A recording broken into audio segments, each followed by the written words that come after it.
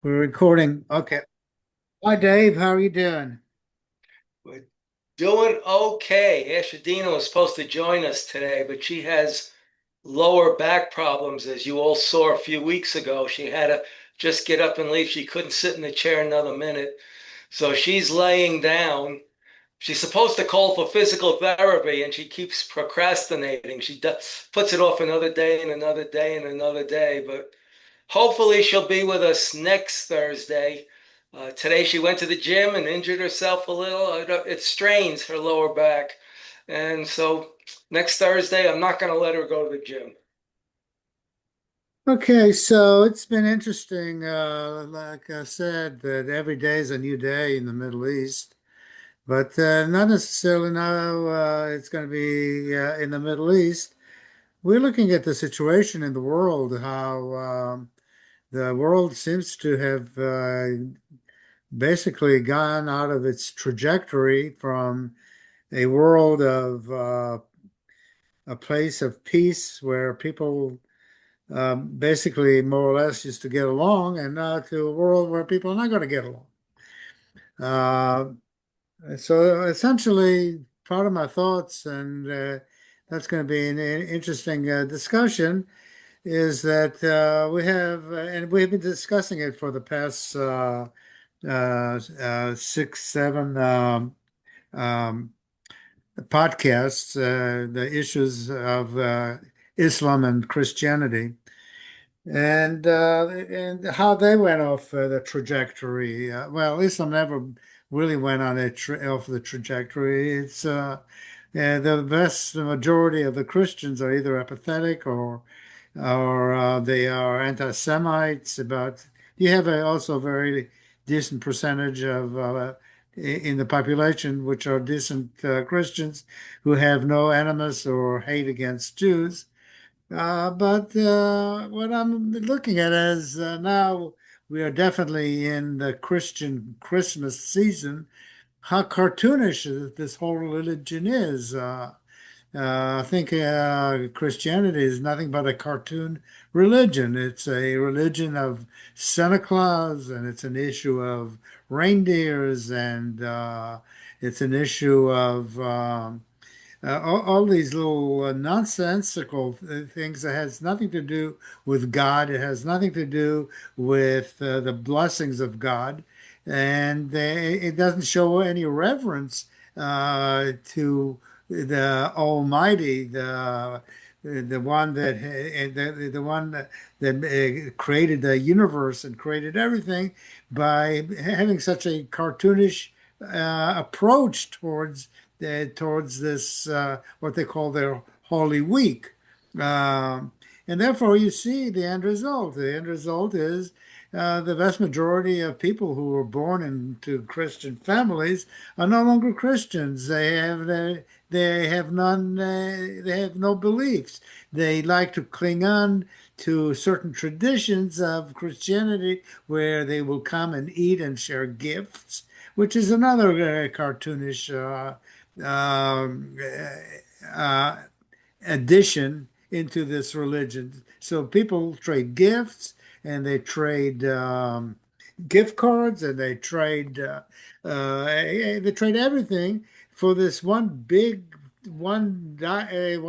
or one night and one day hoopla, that all of a sudden there's going to be peace on earth, and they sing about peace on earth while they're trading gifts, and they're having a big meals, eating ham and eating turkey and eating whatever they want to eat, which is so antithetical to what God has wanted people to do.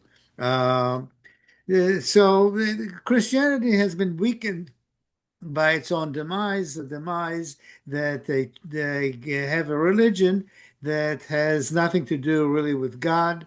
Um, and then it's been taken over by Islam. Well, Islam is also, it's not a cartoonish religion. It's a very serious religion. The religion it has uh, it has its focal point. It has its trajectory, and the trajectory is to Islamize the whole world. And right now they're showing a lot of successes. that have Islamized many parts of Europe within the so-called ex-Christian cartoonish countries that human secularists who derive themselves out of Christianity are now buying into Islam. So you have a lot of European white people that are buying into Islam. They're converting into Islam because it's filling out a vacuum that cartoons cannot fill out. I'm sorry, Warner Brothers did not send the message to the Christians that cartoons is not going to be their God. Um, so so yeah, you have a lot of very smart ex-Christian derivatives that have spun out into this new religion that has taken over and filled in the vacuum of the human secularism. And but what they're doing is they're it's not a very smart religion, Islam. Islam is really a copycat. It's and I've stated it in the past that it is a cannibalistic religion that cannibalized so much into the Quran from Judaism, from the Mishnah, and from the Torah that if you take away all the um, all the inputs from Judaism out of Islam, then you have exactly what they are is nothing but a bunch of barbarians. Uh, and you can see that they are and nowadays they are holding BDS demonstrations all over the world, and they are raiding stores and shopping centers, and they are praying in the middle of the streets, and only to raise the ire and the anger of the non-Christian world. And they're doing it everywhere. They're doing it in Europe, and it has come to roost also in Brooklyn, in New York City, and so forth. That by them taking the jingoistic attitude that they can bring their religion and have everybody subservient to them is taking root. But they're also on the other side. They are getting the resistance from the people who do not believe in Islam, the Christians, the Christian derivatives of human secularists. They are everybody's getting really pissed off. So what they're doing in their march of trying to Islamize the world, they are raising a lot of anger, and this anger is transferring itself into violence in many parts of the world. Right now, it's on the individual basis, but in the individual violence and the resistance against Islam and is going to grow more and more, and it will no longer be any more individual. It's going to become collective, and I don't think governments will be able to stop the upcoming civil wars that's going to go against Islam because these people are a bunch of idiots not knowing how to keep their religion in their mosque secret and sacred to them, and instead they have to invade the world with it. What do you think? Well, their books, the Quran and Hadith, are all about killing, murder, and spreading Islam through the sword. If at first people don't want to convert, then spread it through the sword. You're either Dar al Islam, under the abode of Islam, or Dar al Harb, you're under the abode of the sword. And I have here the real, maybe you've heard the five pillars of Islam, but I have the real, true five pillars here based on their actions, based on what their books say. And the five real pillars of Islam are rape, pedophilia, bestiality, torture, and murder. And bestiality is something that's not too well known.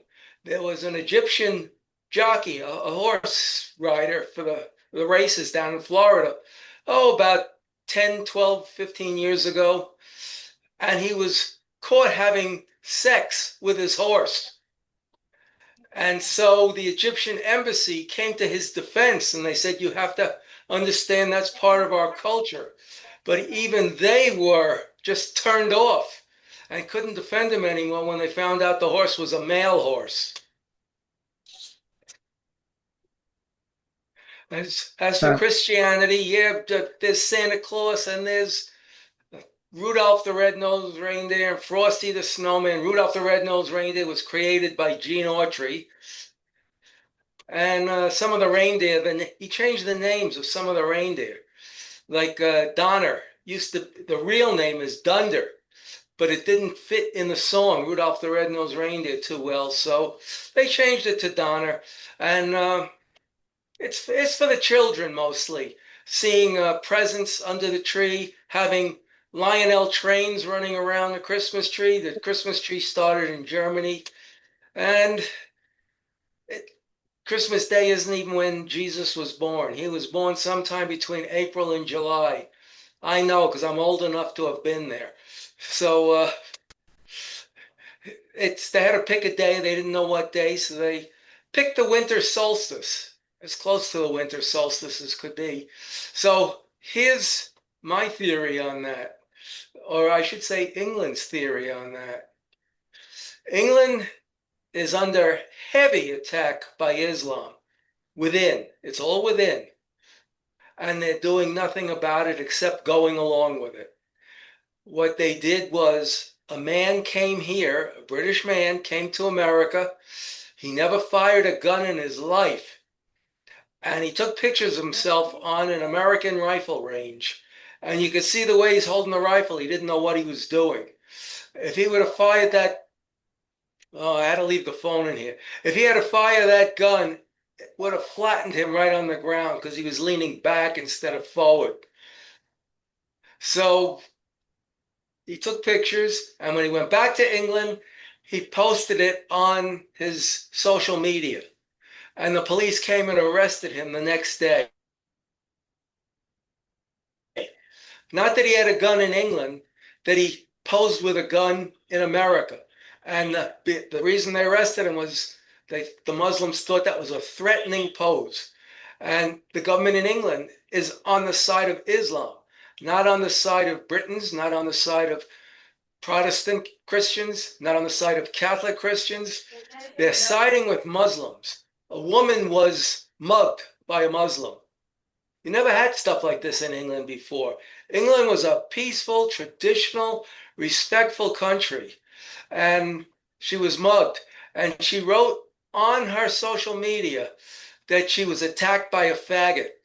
And the police came and arrested her the next day for using offensive language. But worst of all, and once again, I mentioned that the birth of Christ was not December 25th.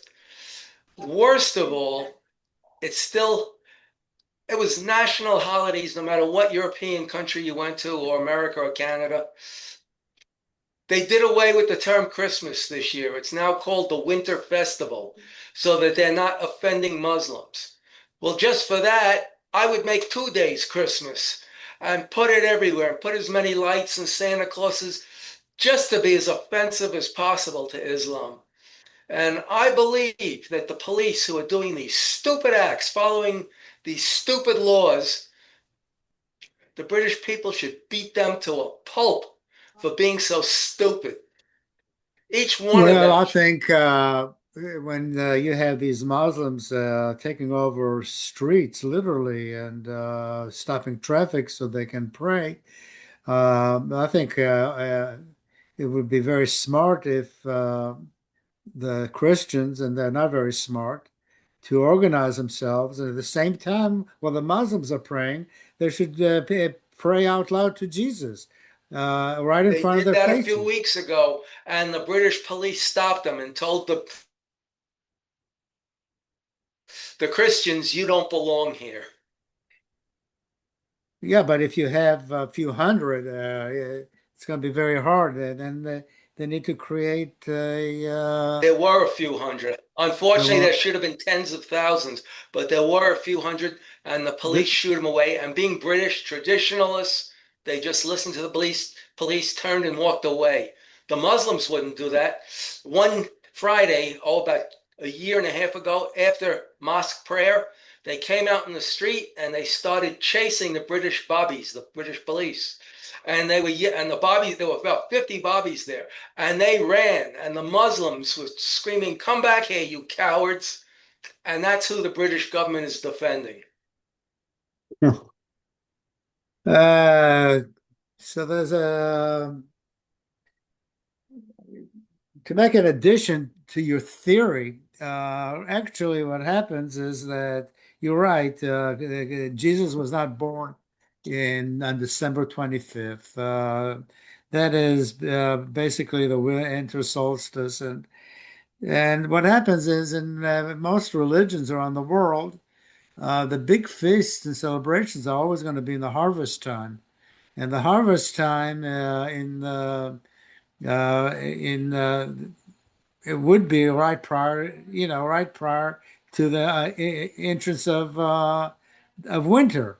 So all the crops, everything will come in into the storehouses and what, and every religion celebrates by some kind of a holiday. They give a certain holiday. Well, it's the same thing that what the pagans have done for thousands and thousands of years is they would always celebrate a uh, a holiday based on the agricultural calendar. So, Christianity, in order for them to sell their cartoonish religion to the pagans of Europe at the time, it was to allocate that Jesus was born at the time when they have the harvest. So they look at the blessing they would get by worshiping the God, the Son of God, whatever, the of the Virgin Mary, that he was born to a through a virgin birth and is totally pure, and she never got touched at the time when they have their own celebration of their own unique harvest period. So that's how you sell it. You sell it that if you want to have a good harvest year next year, then you want to have the appropriate amount of rainwater and sun and everything. Then you are going to believe in our God that came from this virgin birth. That's how it got started. Like I keep saying over and over and over again, is Christianity is nothing but a pagan religion. That's all what it is, and it's very cartoonish.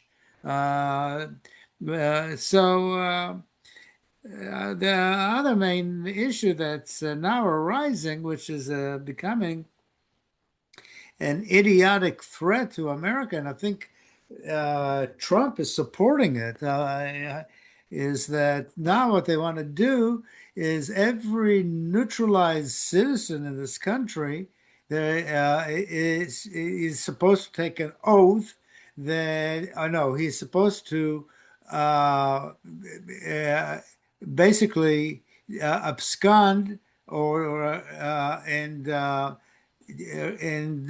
take an oath that they're no longer going to be loyal to the birth country. So, for instance, I'm from Israel. I'm an American citizen. I would have to renounce my Israeli citizenship according to the law, or otherwise I will not any longer be being considered an American citizen. And I have no idea what the consequence would be. It would be the consequence of loss of my Social Security benefits, Medicare, because if I don't renounce it, then what happens in this case is that I may end up losing my benefits because I'm no longer going to be considered an American citizen, although I have been an American citizen for decades and decades already. Um, so and there's probably a couple of million Israelis living in this country who have high-powered jobs. They are in research and they're in computers and medicine and in various industries. If they are going to make a decision in renouncing the Israeli citizenship, then it's going to be a big loss for America because they'll come home. Um, so what are they going to keep? They're going to keep the people who come from the islands, from Jamaica, from Grenada, from Mexico, from all these third world countries that would be happy to renounce anything for 5 cents. Give them 5 or 10 cents, they'll renounce their own mothers. Uh, and what do they add to the economy? Nothing. They don't add. In They matter of fact, they subtract. are what? They These subtract. citizens are not productive citizens for the economy. They suck off money from the economy. So, but the productive people like the Israelis, even Europeans, maybe Germans, maybe British, maybe whatever, if they have dual citizenship, then and they say, well, we want to renounce your citizenship, then I say, you know what, in the trajectory that the United States is heading, becoming more and more Islamized and bending towards this left-wing progressive idiotic theology, a lot of people will say, we don't like the trajectory that the United States is heading. Although Trump is the president, is doing a lot of good. We're going to leave this country. So the good white people who have taken allegiance to the American Constitution and to the flag and everything, and may say, you know what, it's not worth it for us anymore. Maybe it's time for us to go back to our homeland. Uh, so, and guess what? I mean, Trump, I think, is for this bill, and he allocated a senator from, I don't know which state, it doesn't make any difference, that when he was 8 years old, he migrated to America from Colombia. So he is a token Hispanic minority senator that is introducing this bill. So it will take on the appearance that even the minorities are for this kind of a bill. So it's no longer racist, and because the minority people are the ones who are introducing this bill, and it plays right into the token idiot savant that is falling for this nonsense. Well, it was Jonas Salk, a Jewish doctor, who found out how to prevent polio. It doesn't cure polio. If you get polio, this is a preventative. It's not a cure. And it was Israel. Now, this is probably the most important thing, one of the most important discoveries ever. And it's worldwide now, came from Israel. And it was the flexible stent. For those of you who don't eat healthy and your arteries get clogged, it used to be you needed a bypass or a triple bypass or even a quadruple bypass. And now they just put a stent in. They don't even put you out when they're putting the stent in. They try, if you're a big man, they'll try and put it in through your wrist and run it up into your heart and put it where it belongs. If you're a woman or a small man, they'll probably go in through your groin. But do you know how less invasive this is than cutting somebody's chest wide open? Which I want to add, they still have to do if it's your tiniest arteries, because a stent won't fit in there. I know that's called the widowmaker, but it used to all be widowmaker. They used to open your chest, take a piece of your blood vessel somewhere else, and bypass the clogged parts. And it was not easy to survive that. One of my table tennis players just had that done. He had two stents put in, but then his smaller arteries were clogged too, and he had to have the widowmaker. They had to cut him open from stem to stern and do a bypass, and he survived. Well, He's a good so guy. there's been so many medical miracles that has come out from Israelis, either living in Israel or living in the United States. So, and the ones who are benefiting are the people. A lot from it are really the general population, and when the general population has begun to walk away from the Jewish people, then they're the ones who are getting they're the ones who are benefiting from the innovations of the ingenuity of the Jewish people. And for what? For them to have certain sympathy with barbarians and their children, that they go ahead and kill Jews. So killing Jews is fine, but when Jews retaliate, that is no longer fine. But they're the one who's benefiting from the innovations out of Judaism. There was also another issue. That's an Israeli just a few weeks ago, after the Yeah, peace deal, stabbed to death by Muslims. yeah, well, so right now what I notice, one of the thing in the common culture in America today is that, for instance, if you watch shows on TV or movies or whatever, Netflix, Prime, whatever, it seems like every show is inundated nowadays is the norm. They have normalized either uh, homosexuality and Islam. If you notice it, almost every show is going to have some kind of a scene where a man and a man are making love with each other, or a woman and a woman is going to make a love with each other, and the woman is superior and they know karate and they can toss the man and break his bones and all the way across the ocean and dump him wherever he wants, as he was nothing but a cheap paperweight. So women have been empowered to think of themselves as they can beat the hell out of men. And then you have the Muslims that they have normalized into our culture, and also homosexuality. This is the culture of America today. This is the culture of Europe. This is what our government is bringing in. They sent our military to go fight Islam after 9/11, and they stabbed our military in the back by bringing the Muslims here after saying, "We will never forget." Just look at these faces. This is from 1400 years of having breeding with your cousin.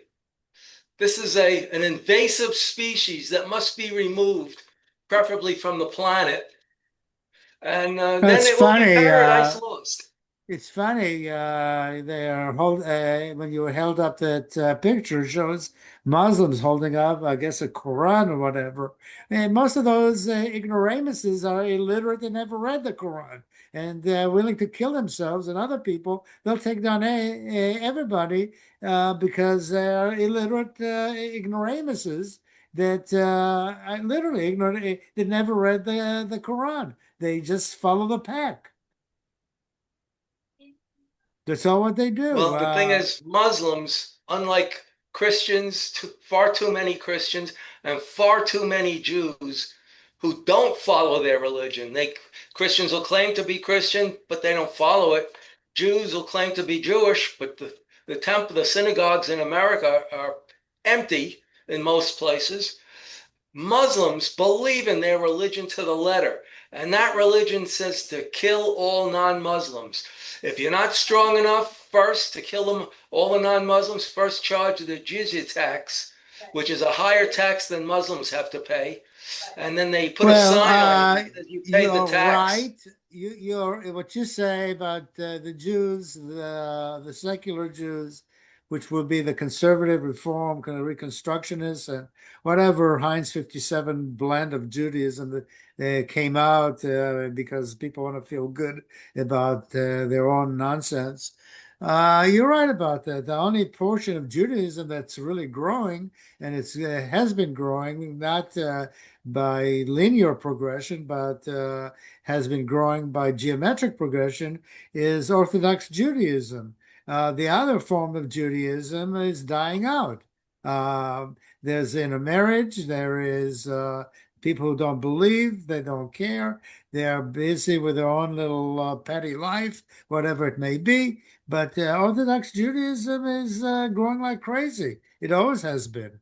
Not always, it has been like that, at least for the past 25, 30 years.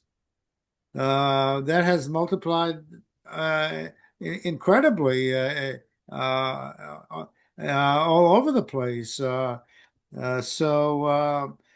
Orthodox Jews, they're not scared in having children. They'll have multiple children in their families, even up to a dozen kids without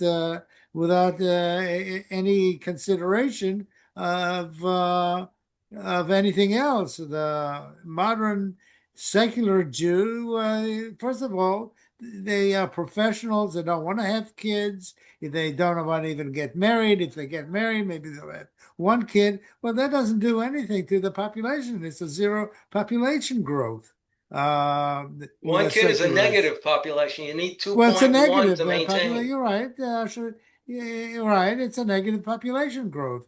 So they will disappear. One of the things that I keep using as a comparison is that how many Jews live in Babylon? Babylon used to be after the destruction of the Second Temple. Babylon used to be the center of Judaism for hundreds and hundreds of years. That's where the Talmud was written down. And for hundreds of years, Judaism thrived in Babylon. Babylon is Iraq. How many Jews living there now? You said in the past, maybe zero or one or two, not too many out of millions. Now, how many Jews living in New York? Millions of Jews living in New York. Great, wonderful. But if they are not going to take on Judaism as their primal form or primary form of life, then the kids basically uh, they take their parents' lead and they drop out of the religion. Um, I had a discussion with one of the new president of the Jewish Community Center where we live. What they decided to do during the previous administration, that they would take out the kosher restaurant in Judaism, in the JCC, the Jewish Community Center. So what happened is that they wanted to make more room for machines, weight machines, or elliptical machines, and the Jewish Community Center over here is more. There's more membership by non-Jews than there are Jews, and they're welcome to come and join.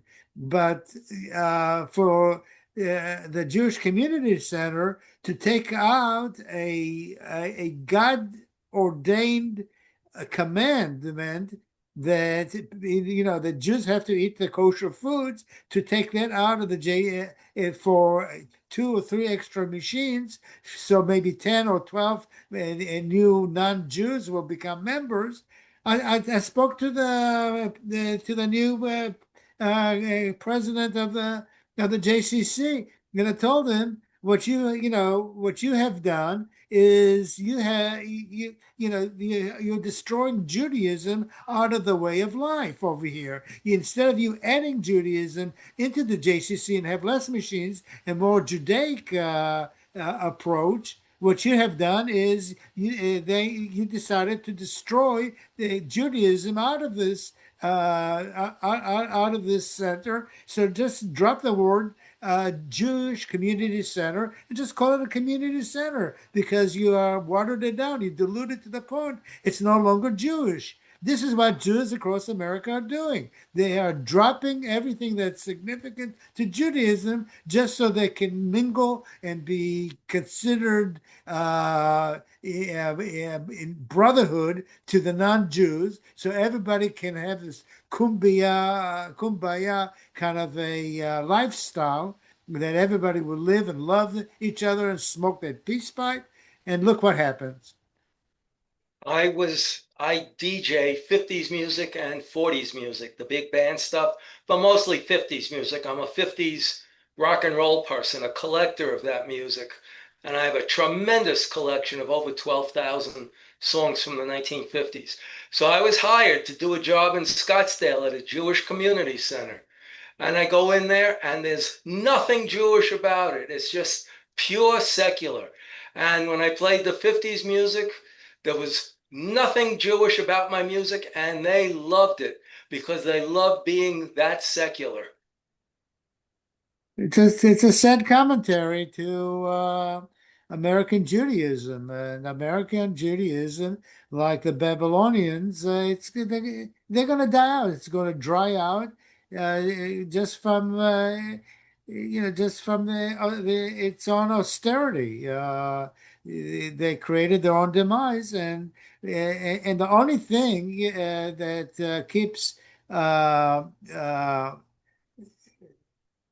uh, any moral the moral glue to a society is Judaism. It's not Christianity. There's no such a thing as the Judeo-Christian ethics. That is a farce. It's either Jewish ethics or it's pagan ethics.